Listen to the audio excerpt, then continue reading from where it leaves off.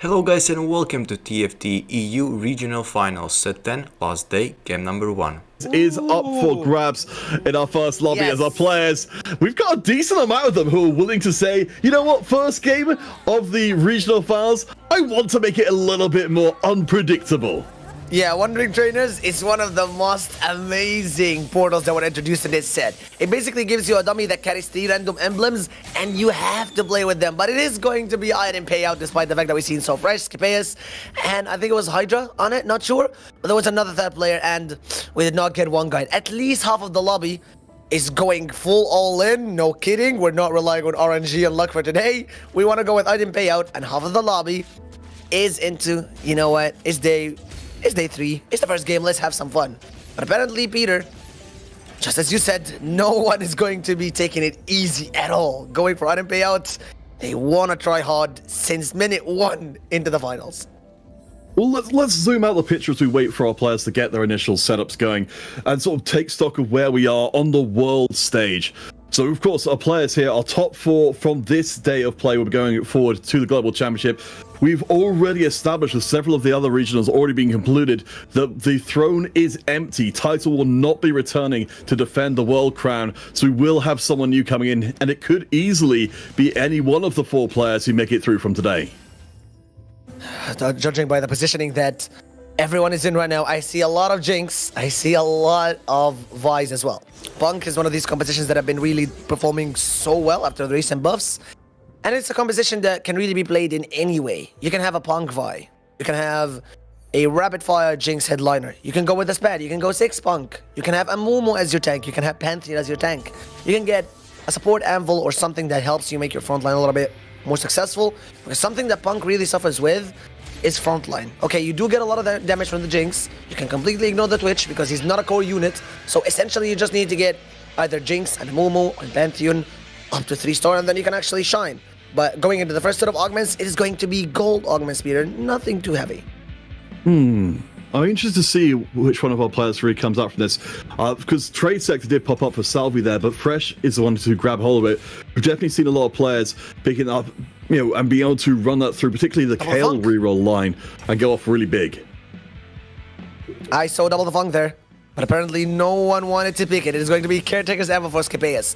Now, something with double the funk is that it kind of solves the main issue of disco compositions. Okay, we spoke about that before, and we said that discos really suffer with positioning because it is a composition that you have to clump in order to make it work out for the disco ball and etc, etc. Now, double the funk does solve that while giving you a little bit of more combat power.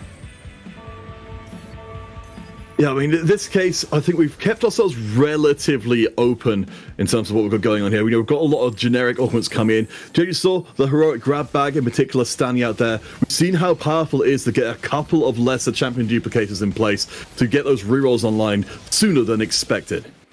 And even Shroud already slammed here by Sonar. Does tell us that this Senna is only going to be just a placeholder or maybe a rapid fire for his Jinx. Also, it's a Mosher Vi, not a Punk. So that doesn't mean that he's going for a Punk reroll composition at any point. And so far, we only have one person that is really direct with the way that they want to go for a full loss streak. That is going to be Skipeus with the Vampirism at the start of the game.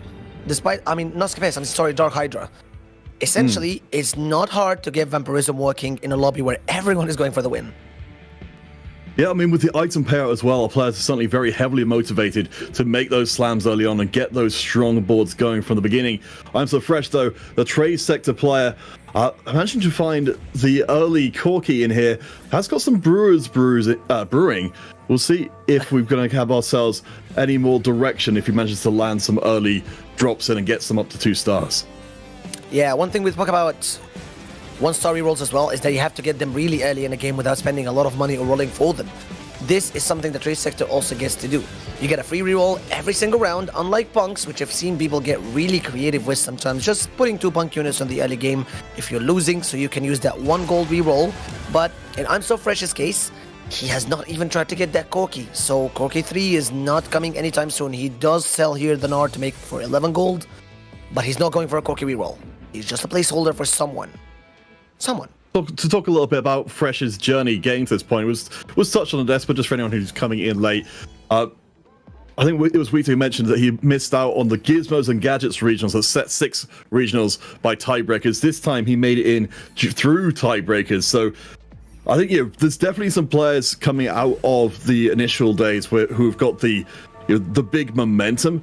And there are other ones like Fresh who I think are they've got a long way to go to increase their day 1 and 2 performance and come out in the top 4. Yeah, judging by the positioning of Volta and Sonar right now, both of them want to keep on winning. They are the only 2 players that have been on a 2-win streak across Solvi as well. And it seems that this lobby is going to have 1 pass and 5 streaking, and that is not going to be Sonar as Volta takes a win here. With his Superfan slammed right on that Evelyn, giving her a very early Giant Slayer, an item that doesn't really work in the early game a little bit, because essentially not a single unit has more than 1.6k unless you're against Bruthers. And Peter, is the first carousel. Are there any spats in sight? Not this time round. Just looking out for any particularly spicy units. We do have a set in there for any of our players who do want to go more down the Heartsteel route. I'm curious, as you said, to see if we do get any of our players pushing further. If you noted right back at the beginning, we have got the Punk players in place. You can see the scoreboard at the bottom. We've got 3 different players still with Punk active. But what we can see along with that is there's a couple of centers hanging around, because the Punks, of course, will allow you to reroll not just to Punk boards, but to any of these low-cost rerolls as well. Yeah, Honestly Best and Salvi are running the Punk right now. Do not get tricked by Sonar's board, but that was a Mosher Vi. Also, Vertical Mosher is a composition that has done absolutely well, despite the fact that it wasn't really played that much and it wasn't really that, let's say, often seen, but it has had an average placement of 3.88 in 8 times played. It has never bought forward once. So Vertical Mosher could be an option here for Sonar possibly, if he's able to get the good items for these Vi. I mean, for the Oregon. Yeah, I mean, I'm just interested to see how Salvi goes long term. Certainly, having the win streak and having the Gambler's Blade in place is very powerful.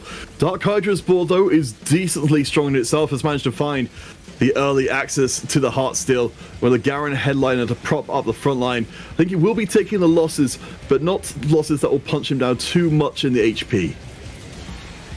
Okay, something that has kind of hit my mind recently here, Peter, and I wanted to check your opinion on, is you do know that you're going in a lobby like this against the same exact 7 players each and every game, all right?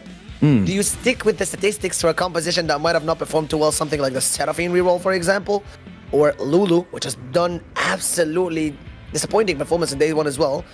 Or if you know how to make the comp work, do you trust your guts and you play it despite the statistics on it? It's tough because it's such a smaller field of players. As was noted on the pre-desk, players like Volta and Jidiso are both having very similar compositions they succeeded with. I think it's a big risk at this point to contest someone if they find that line before you do. If someone's running Ribbon, to say, I'm going to run Ribbon as well, and maybe send us both out in the bottom 4. So I think getting these early drops and maybe pushing early levels and finding the line first will be important to getting your comfort comps. I would say that the only one currently looking for a Riven could be Judasaur with the double duplicators. He also pushed to level 5, despite the fact that he did end up winning the last round. He's the only one who's not been able to keep a streak so far alongside Hydra. For the rest, Volta is going to be the only one alongside Salvi going into stage 3 with both of them 5 win streaking. They have not faced each other once, and this lobby seems to have such a neutral pace. Nothing too crazy happening, no balls too inflated, and Dark Hydra playing around the Vampirism pretty nicely. Yeah, getting a little bit more power. As we were talking about before, this board is certainly solid enough and building up over time. From Volta and the Salvi side of things, so I think just managing to put together a decent amount of stuff early on. I think I'm still wondering though what will happen longer term with our players, particularly towards the bottom. Fresh and Jedusor, particularly Fresh, as we noted before, has got the trade sector in place and a good amount of money in the bank. Once he starts heading up to 50 and get as many rerolls in as possible, he's going to be able to hit his units very quickly. These items look like good Ezreal items if you ask me. It's a Shojin that could be possibly slammed, of course, alongside some of the best items that allow him to cast quickly. Of course, the blue buff is way better compared to that, but is slammable. He also does have a BF for a possible Infinity Edge or a Giant Slayer alongside the red buff that he has already slammed. And Judasaur, I do not think that this is going to be a bad reroll considering the item slammed. It is seemingly either Kale with the Rabadons, or if that Adaptive Helm is already kept on him, he's only going to be casting. It's a super fun item that is given to him, and the Rabadons and the Giant Slayer, I think could be a Kale, no? Oh, well, I guess we'll find out longer term. Let's see. So Jezor's got has got the broken streak from before. Certainly, there's a lot of power being pumped into the early Bard. I don't know if we do get to see this taken any further. Certainly, we have seen the Jazz competitions be a little bit treacherous over the course of the tournament in terms of the ultimate power they're putting out, particularly if our players end up going really ham later on. Yeah, you also need to remember that this is item payout, so players slamming their items early made sense for all of them. Whether you're loss streaking or win streaking, you do need to hit these checkpoints, 20, 30, and 40, and 50, for the extra interest that you get. So a lot of the item mixes right now might not seem ideal to most of us, because you're like, what the hell are they doing? But they need to slam early to get that cash in coming from item payouts. It is going to be Silver Augments coming up next. Seeing which one of these ones play most closely into what they're doing, because we've got some of our augments here coming in, giving direct ball power. Some of them trying to put together the compositions a little bit more cleanly, like Fresh.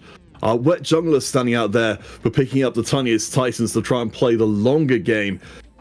Has so far been putting together what looks to be a Seraphine reroll composition, when we'd mostly be seeing players of the tiniest Titans trying for something bigger like the Heartsteel. Yeah, Indomitable Will coming as well here from Sonar. With the Spoils of War, you do know that this is a set of augments that you need to keep winning as much as you can and kill as many units in the early stages so you can cash out the Spoils of War and get that maximum value coming in quickly. These items land right now, Infinity Edge and Gunblade. Seems that this could potentially be either a Pentakill composition alongside the Even Shroud, or it could be some sort of reroll composition. You could slam these or the Yone. Perhaps, no, not a Raven actually. But the Even Shroud does seem to do so well into Ediflake's compositions. So for Shinar, Spoils of War is not doing too good into this meter, as he's only been able to kill 1 unit from Salvi's board. Well, to touch a little bit on Shinar coming into this one, there's definitely a reason why he's a lot of people's kind of dark horse favorite. Coming to the end of day 2, he had an incredible run, getting 3 first places out of 4 games, which is what he really needed to make it into the top 8. So if there's any player that I expected to see pull off some surprising and explosive games, it's definitely him. Yeah, Darkhider not taking any risks here at all. Also does proceed to slam the blue buff, so that is a very strong direction and a very strong statement that, hey, everyone, I'm going Ezreal, potentially for a legendary flex board where he slams these items on a Jhin. But he announced that he is going Ezreal without the raising the stakes or going for a maximum loss streak for value. He's not taking any risks. Morgan, I will remind you and the audience that this is the thing we didn't want to see Dark Hydra doing specifically. He has taken 8th twice with that composition. To go back to it in the grand finals, I mean, he apparently thought he figured out what was wrong with it in the previous day. We're talking to this about Makes, talking to Makes about this before. To try the third time, to go third time lucky, is either brilliance or it's the height of hubris. I mean, at this point, it seems like divine intervention, no? You go into item payout, you have 2 tiers and 2 bows going into the game. What do? Are you gonna slam 2 statics? Of course not. So it kind of seems like there's some sort of divine intervention telling him, hey, third time is the charm. You can do it, Hydra, because these items that he got, it does make total sense that he tries to go for the comp again, not considering the bad history yet. All right, let's take stock of what kind of compositions we have got live now, because you mentioned we can see some pretty big changes coming in down the line. We do see, along the bottom there, looking through a lot of Superfan, of course, as we would expect. In fact, we're seeing Superfan across a ton of the compositions being played here today, which is honestly what we could have expected. The 2 cost rerolls be very popular and very flexible, allowing multiple players to succeed on them. Yeah, looking at Salvi's board now, he's gonna be able to hit that 5 steel, hard steel mark really early into the game, and he can maximize the value that he gets from it. He's running so many augments that will amplify his late game positioning. With Gambler's Blade and Vampirism, you're gonna be generating a lot of gold with that, and alongside item payout, he's gonna be so rich. But looking at Sonar, he's still not able to find a certain direction to go with the items that he has, so he's just stabilizing his board, playing absolutely normal. Well, I think a lot of our players are kind of recognizing, as you can see on the right-hand side, streaks are really not on the cards for this early game. Nearly nobody has got any meaningful streak. Fresh, the biggest with just 3 wins. I think it's because our players are slamming their items in because of the item payout portal. We've got a lot of strong boards in the mix right now, which means that our HP totals, certainly from 3rd place down, are relatively similar to each other. Only Jedgesaw really dropping below the pack. Yeah, no one really wants to take any risks. The only one that would make kind of sense to keep maintaining a loss streak here would be with Jungler, considering the fact that he did pick up the Tiny Titans, and you did mention earlier with a very great catch that he picked it up in order to keep finding himself a direction to go with. He has not slammed his items fully, like each and every one in this lobby, to make maximum value of the item payout. So unlike Dark Hydra, he's not taking these divine messages coming from him. He just wants to wait a little bit more with the Tiny Titans. I mean, and that's always going to be the risk here. You know, the way that our players approach these finals is going to be really fascinating to track. Because, you know, certainly you've got the different things in here. You've got the possibility of, if you get through to top 4 and you're playing a top 4 kind of style, that's making sure that you can go through and play at the global championship. If you're playing top 1 style, you're playing for the title of regional champion and the biggest slice of the prize pool here at the regionals. There's certainly a lot to be said for being able to call yourself a regional champion. Look at I'm so fresh though. Still at level 6, but he was able to find 2 Ezreal sitting on the bench. One that came from the shop, and one that he picked up from the carousel a little bit earlier with a BF sword. So if there is someone that is not going to be so happy about this, is Dark Hydra, because he hadn't even been going for the rerolls yet to find that Ezreal, and almost quarter of the units in the pool are taken out by I'm so fresh, and like, oh, I'm just keeping them on the bench. He's not even gonna play Ezreal, by the way, considering the items he slammed. Yeah, I mean, things are looking pretty decent for Fresh so far. Just kept his HP nice up and toasty. Wet Jungler up on the top. As you mentioned, the Tiny Titans, meaning that he stays nice and toasty while putting that lost streak together and a good amount of gold in the bank. I think we will start to see our players bringing these boards closer together, though. Fresh has got a chance to pick up the headliner and really lock down the direction. Shana in a similar spot here at level 7. I think we'll start to see a lot more clarity coming in across the board as to what our players are looking for longer term. Yeah, and by Sonar's situation now, he's began rolling a little bit earlier into the game.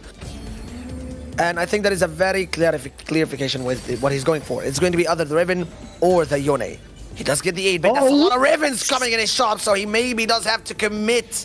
Even if it was the Yone that he was looking to cook, getting 5 Ravens in a single shop is not something you can ignore. And he's 1 off already, Peter. These are the moments that you remember as a player. When the world says you've got everything you need to come through and destroy game 1. Shana has been on an absolute tear to the end of day 2. Much like Enzo before him, this shop says Mortdog has chosen you. Yeah. Just aim in their head, honestly. When someone asks you how to play in an FPS game, and when someone asks you in TFT, just roll. It's all skill, baby. He pressed D twice, if that's the default hotkey, and guess what? 5 Ravens in a single shot. If we were speaking earlier about divine intervention with Dark Hydra having to go for the Heartsteel composition, what do you call this from Sonar? I love Skip S.'s reaction to that on camera as well. He notices the 3-star Riven, cocks his head slightly, scratches it, and goes, and carries on with the rest of his game. But this sends shockwaves for the rest of the lobby. We talk about our players looking to, to try and bring their boards together at this point. We've now got Shana in the middle of the field, handing out huge losses to anybody who can't bring an incredibly strong board online right now. Okay, for that Turkish beast, don't worry. You've got Godswell coming here and protecting you for these Riven rolls. And we also see other people hitting their compositions a little bit too early into the game. I'm So Fresh is able to hit that 3-star Seraphine already way too early going into the game. Decides to take the Trickster Glass because that comp does lack a lot of frontline composition. Is not the strongest in Seraphine rerolls. And look at Salvi. He went to raise the stakes again, Peter.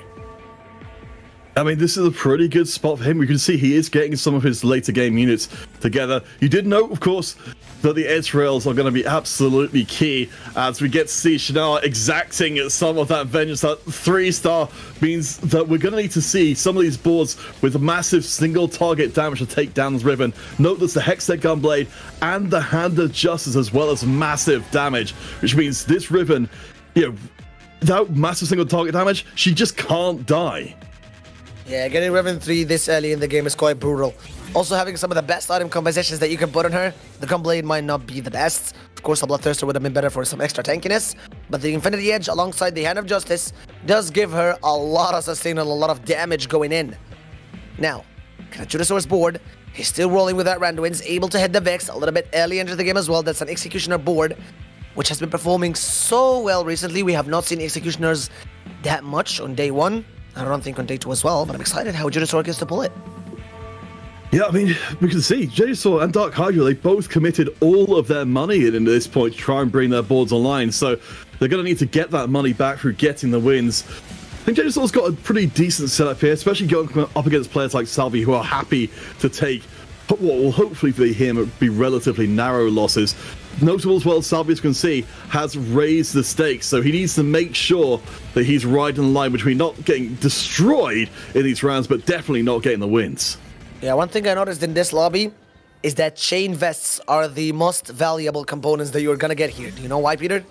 So many Infinity Edges and Jewel Lotus slammed on these backline carries and executioner compositions that almost makes a Bramble Vest is a must on your front line in this game. Yeah, there's going to need to be a lot of defensive itemization, I think, to keep back the floodgates here. Just taking stock of, again, of our compositions coming in, because looking at the HP totals, we noted before that a lot of the mid-table all had roughly similar amounts of HP. There's one player whose HP total is a little out of the mark, a little off the beaten path, much like he himself is. Scapeus on 17 HP at 4-4. This is looking like a very difficult situation to be in. You saw he had the 8-bit in place, but obviously his plans didn't necessarily include Shinar finding the Riven immediately. Okay, his front line does look really good with Crash Test Dummies. And Caretaker's Anvil has given him so many items that he's actually able to put on his carries, but that's the thing, where's the carry? There comes the Ari finally to save him in the last shop. At least he's able to finally get a carry that he can put these items on. And this composition hasn't been doing so well on day 2, by the way. Ari Warriors, I think they call her. So it's a very flexible setup, and I think this is one of the things. I think really Scapeus came into the competition wanting chances to show what at least he considers himself to be a different player. And being forced to switch out what you're doing rapidly was exactly in his wheelhouse, going straight in and finding a solid win here. I have to think against Wet Jungler's Lulu setup. You know, we can see already this board is doing well, and while Scapeus was on a 4-loss streak and it remains on the lowest HP, it's not a done deal quite yet. Yeah, his items are looking way too good though, so the saving grace with that Ari might have came just in time. Ionic Spark to make sure that this front line is shredded for his Ari to take through, and Moral and a Mechon on a Ziggs that will get to apply it completely on every single backline unit. He doesn't have a Nashor's Tooth, that doesn't matter. Hyper Pop coming in from that Ziggs is gonna give her enough attack speed and mana to cast quicker. And Salvi on the other hand, going with the Razor Stakes, that could be above 600 stacks after this loss. Do the math. That is crazy.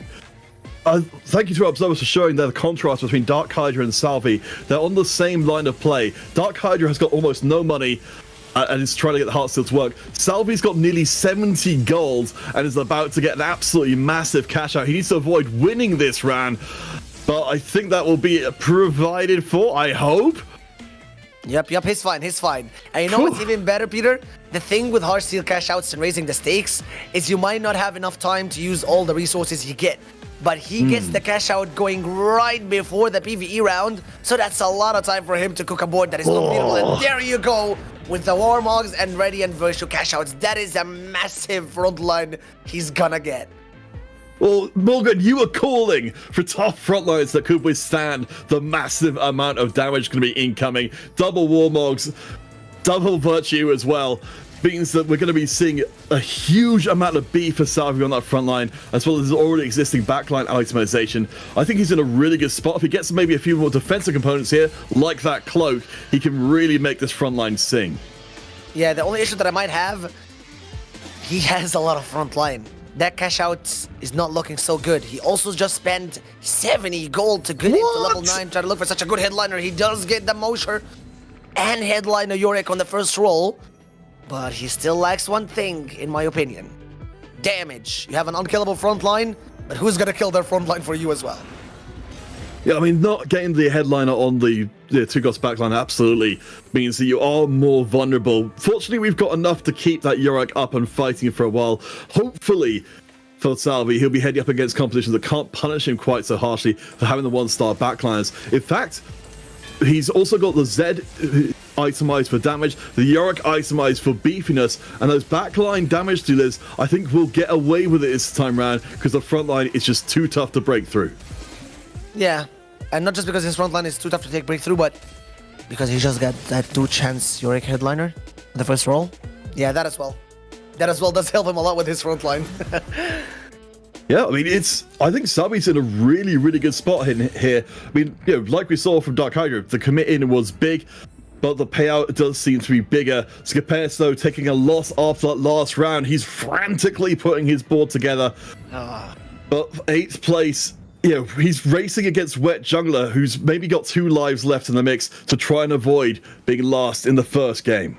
It could look way better for Skipes if he's able to survive until this carousel round and maybe get another Ziggs, because he does have a fully itemized 1-star Ziggs and he has another one on the bench. Decides to throw in both of them, and he goes against Volta in a time where I think that this Ahri is not going to be suffering at all. For 2 reasons. She has a harm assist, she's going to be healing, but there's a red buff on that Karthus. It could be quite crucial for this Ahri to try to survive, to take through his front line really quickly. Amorello is also being applied. So far, Karthus has not been able to target Ahri even once. But however, partial ascension does come in. If that Karthus gets one more carry, this Ahri could be obliterated. The focus is still on the Seraphine. She's much faster than the Karthus. No! Takes her now with the final Requiem coming in from Karthus.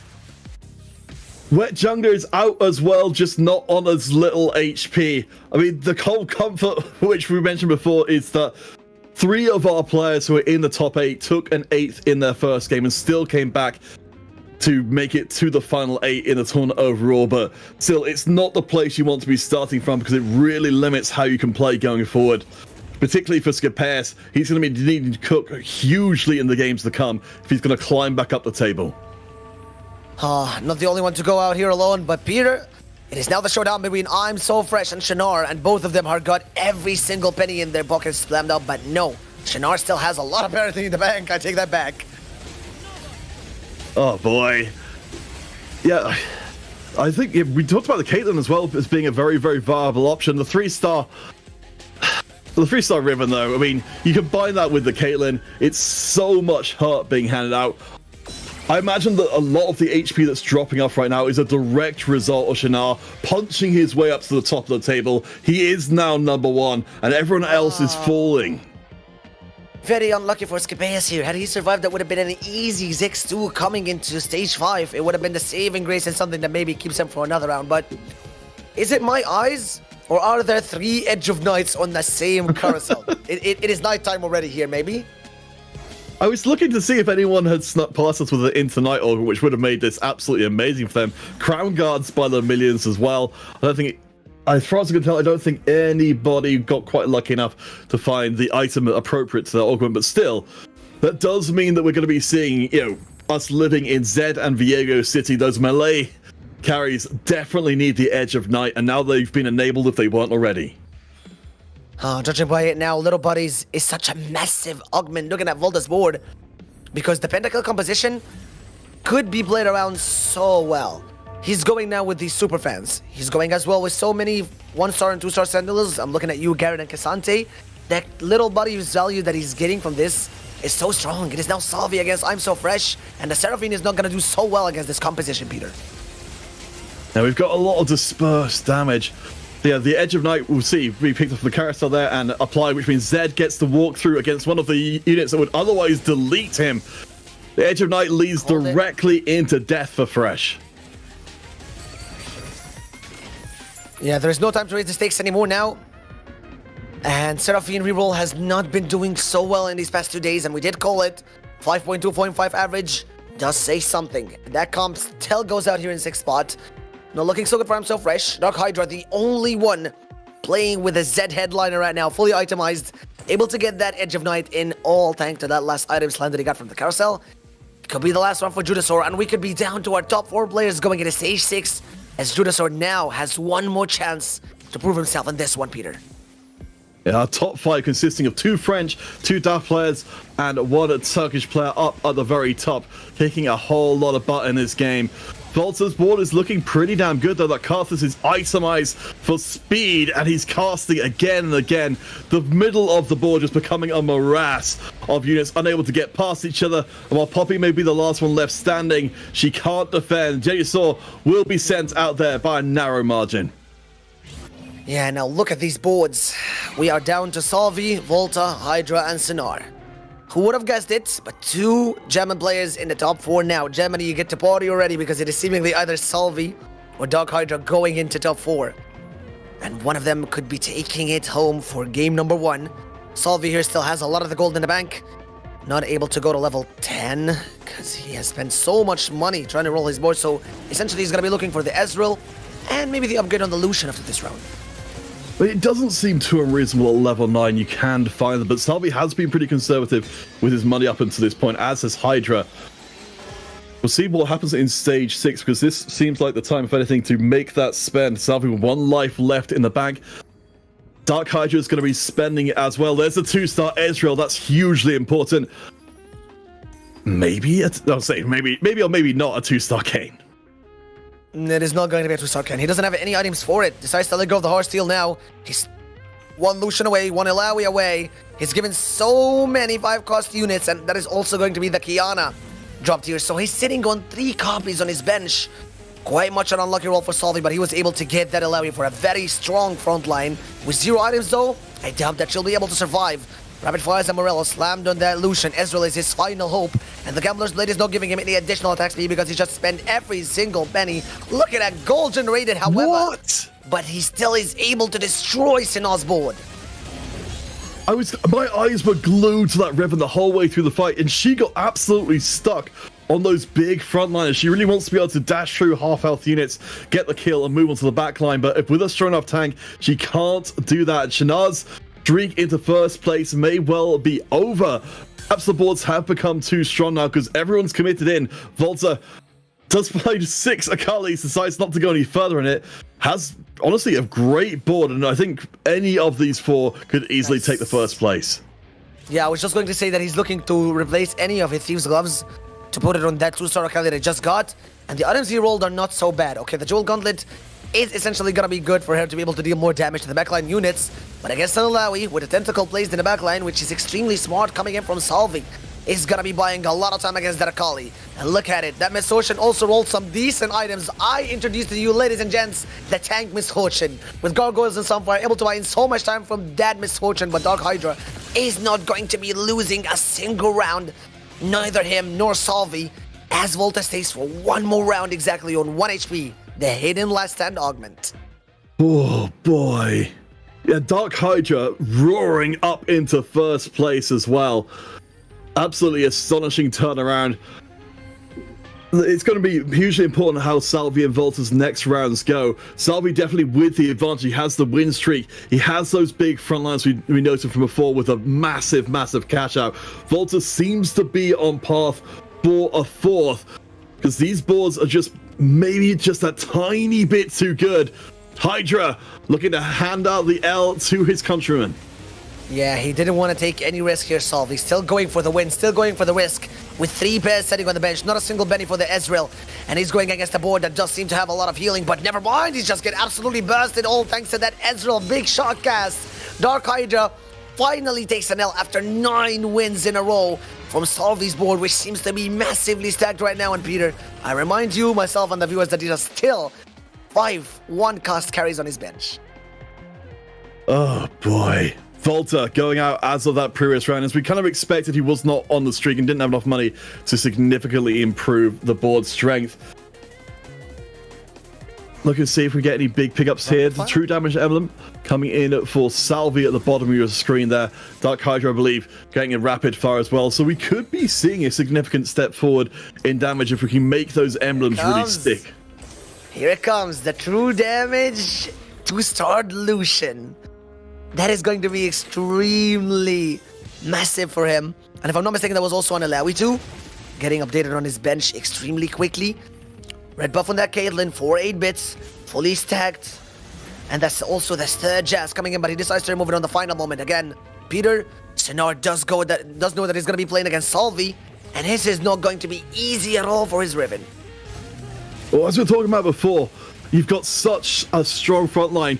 Riven not able to find the primary targets. Is going to spend a lot of time just punching warmogged up tanks. Does dash through, finds her way onto the backline though. That's so important. She's taking down the carries, but she gets caught. Shinar cannot go any further despite the shop of miracles. Still only a top 3.